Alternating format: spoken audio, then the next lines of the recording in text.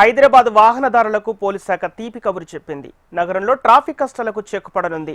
వర్షం పడిన సందర్భాల్లో గమ్యం చేరటం వాహనదారులకు సవాలుగా మారింది. ఈ నేపథ్యంలో ట్రాఫిక్ అంతరాయాలపై పోలీస్ శాఖ ప్రత్యేక దృష్టి సారించింది. రోడ్లపై గుంతలు, మలుపుల్లో ఆటో స్టాండ్లు, డివైడర్లు ట్రాఫిక్ కారణమని ప్రాథమికంగా గుర్తించారు. పరిష్కార మార్గాలు అన్వేషించి అమలు చేస్తామని నగర ట్రాఫిక్ అధికారులు చెబుతున్నారు.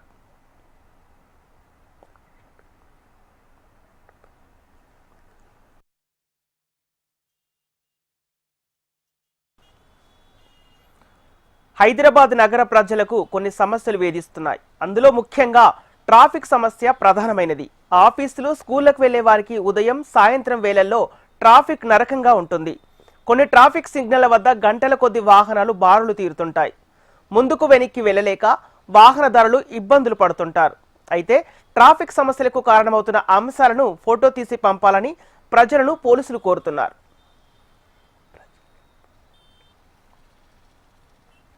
ప్రధాన మార్గాలు, వంతెనల మధ్యలో బండి మొరాయిస్తే దాని ప్రభావం 2-3 కిలోమీటర్ల మేర ఉంటుందని అధికారులు గుర్తించారు.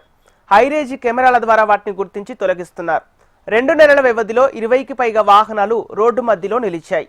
యూటర్న్లు దూరంగా ఉన్న ప్రాంతాల్లో వాహనదారులు రాంగ్ రూట్లో వస్తుండటంతో ఇతర వాహనాలకు ఇబ్బందికరంగా మారుతోంది. ఆపరేషన్ రోప్ను మరింత కట్టుదిట్టంగా కొనసాగిస్తున్నారు పోలీసులు.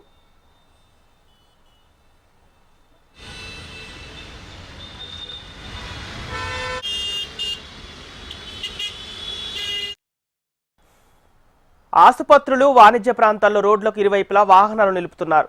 ఇలాంటి ప్రదేశాలు 200కు పైగా ఉండటంతో ట్రాఫిక్ సిబ్బందిని కేటాయించడం కష్టసాధ్యం అవుతోంది. దీనికి పరిష్కారంగా అక్కడి దుకాణదారులు, ఆసుపత్రులకే ట్రాఫిక్ బాధ్యత అప్పగించారు. ప్రైవేట్ సిబ్బందిని కేటాయించాలని సూచించారు. వారికి ట్రాఫిక్ పోలీసులు శిక్షణ ఇవ్వనున్నారు.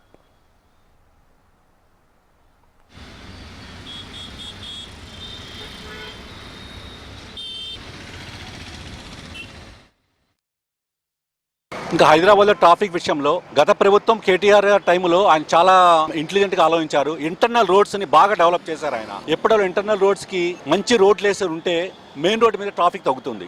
నెక్స్ట్ మెట్రోకి గవర్నమెంట్ తరపున కూడా కొంచెం రాయితీ చూపించాలి. అది చూపించడం వల్ల ఎక్కువ మంది మెట్రో కూడా కనెక్ట్ అవుతారు. మెట్రోని కూడా ఇంకా డెవలప్ చేయాలి అన్ని ఏరియాస్ కూడా. నెక్స్ట్ వచ్చేసరికి హెల్మెట్ పెట్టుకోలేదు అని చెప్పేసి చాలా వెంటపడుతున్నారు పోలీసులు. చలానాల కోసం కూడా వెంటపడుతున్నారు. మొన్న గ్రూపులో మనం ఏవో మెసేజ్ చూసాము, ఫార్వర్డ్ మెసేజ్లు మాకు తెలియదు. పోలీసు వారి చలానాలు కొన్ని 100,000 ఉన్నాయట. మరి పోలీసు వారు మీరు కూడా చలానాలు కట్టాలి కదా, చలానాలు పెండింగ్ ఉండకూడదు కదా, కట్టాలి కదా. మరి మేము మీ వెంటబడి మేము కట్టమని అడుగుతామా? మరి చూడండి, మీరు బాధ్యత లేకుండా చలానాలు కట్టకుండా ప్రజల దగ్గర చలానాల కోసం వెంటపడి బండ్లు ఆపి వాళ్ళు పడిపోతున్నా, చనిపోతున్నా కొంచెం మీరు మానవత్వంగా ప్రవర్తించండి దయచేసి రిక్వెస్ట్ చేస్తున్నాము. మెయిన్ కేటీఆర్ గారు ప్రభుత్వం వెళ్ళిపోయిన తర్వాత రోడ్లు చాలా గుంటలమయమైపోయినాయి.